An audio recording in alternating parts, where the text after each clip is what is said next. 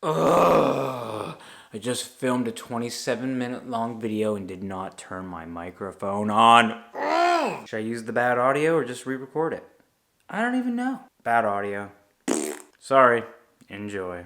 Hey guys, welcome back to the channel. You know what I miss? I was just thinking about this literally right before I turned on the camera. I miss cracking open a beer at the start of my videos. I've done that for so long and I really just haven't been drinking beer lately. Well, other than last weekend down at Show Brothers Outdoors. Go check that out, their last podcast if you missed it. We did a 4-hour call-in show. It got pretty out of hand down there. And if you're curious about that, I did not puke at the end of the night, even though you guys kept throwing me 20s to chug beers. But anyway, just to mark the special occasion and to reward myself for, drinking less beer, which is, let's be honest, it's a good thing. I'm gonna crack open a cold one in this one. So here we go, a nice cold. No, actually, I love Coca-Cola. It's just not the kind of dark beverage I would really like to be enjoying right now. So the video today, I'm going to be talking about two sleeping pads. They're really kind of different. I'm going to do like some comparing and contrasting between these two. It's kind of like comparing apples to oranges here, because one is like an ultralight pad, the other is definitely not, and one is insulated, the other is not. So it's not like the best comparison. But these are the two I have. But I do think it's worth discussing these two pads because something they do have in common. I'd like to say they're probably the two most popular pads in the world of backpacking right now. So I'm going to be honest, the main point of this video is just so I can talk about the Nemo Tensor. Figure I'd throw in the Thermarest there to kind of compare and show you guys if you're looking at these two pads because they are the most popular on the market. But I just wanted to update you on this pad, how it's doing for me. And I'm not going to go over like specs and stuff. That's all on the websites. Go check that out for yourselves.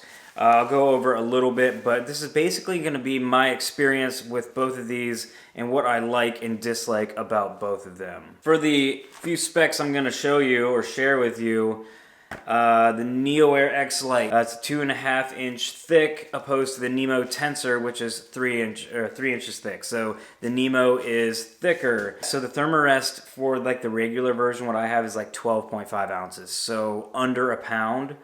And then the Nemo Tensor, I don't have the regular. It's a regular, but it's a wide and it's insulated. So that comes in at like 1 pound, 6 ounces. Both of these are comfortable. Don't get me wrong. I'm going to say one's more comfortable than the other. And they both have a good reputation for being comfortable. But if you're an ultralight hiker or if you're looking to get ultralight, the Thermarest Neoair Xlite, you can't go wrong with it. It's super, super light and still comfortable. Now, if you care more about getting like a good night's sleep, I sleep good on that. I can't say that everybody would sleep as good on that as I do. I can pretty much sleep anywhere. The Nemo, definitely more for the glamper, the luxurious camper. It's not a bad thing to add a little bit of weight in the department of a sleeping pad because, shelter is shelter. Sleeping bag, it's only going to be as warm as it is. But when it comes to a sleeping pad, yeah, like you want it to be warm and insulated in the winter, but comfort, just the design of a sleeping pad in itself, you just don't want to get away with a cheap sleeping pad. You're just not going to sleep good. The Nemo Tensor is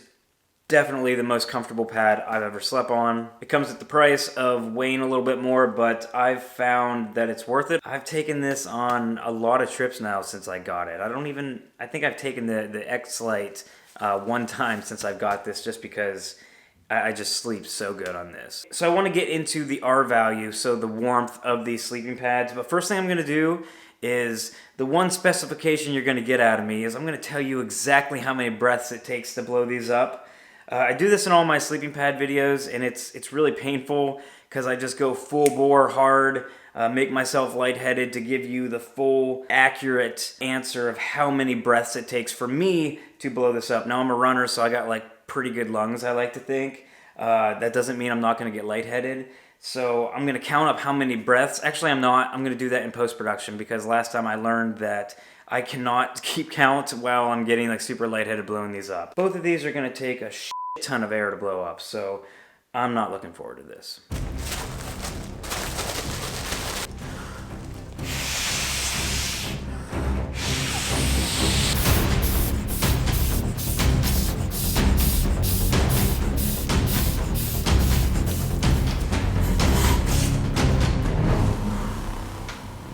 Oh my God. I feel really red right now. That didn't take as many breaths as I remember. And I think it's because I'm so used to blowing up this tensor. I think this is going to be more. As I'm waiting to come down off my high right now, I'm going to discuss the valve systems on these. That one, it's just kind of like a pull top valve. You put it in your mouth, twist it, it's done deal. This one is a little bit different. So the tensor has this big open hole here, which is nice. You pop the top and it just like blows out all the air, and you don't have to mess around with trying to push out all the air like you do on the Xlite. So this one, it's a lot faster to pack up in the morning. So basically I can separate this top plunger, and this is like my air valve right here. You just put your mouth right over this after you plug this into there. So honestly, I was actually talking a little bit of smack about this. I thought it was leaking. I've been testing this for like weeks now, and I'm pretty sure it was user error. So I was blowing into this, and I had the cap over it that keeps the air locked in. But I think what I had problems with on my last trip is I don't think I had this piece inserted all the way down into the sleeping pad. I remember kind of doing it quick. It might have been kind of dark or something, and I don't think I got it down. So even though I kept blowing it up and it kept losing air, I think this piece I didn't have all the way seated. So see right there, I got it seated down in it. So okay, still a little lightheaded, but shouldn't affect my performance. This pad is huge. Hopefully I don't pass out and crack my head.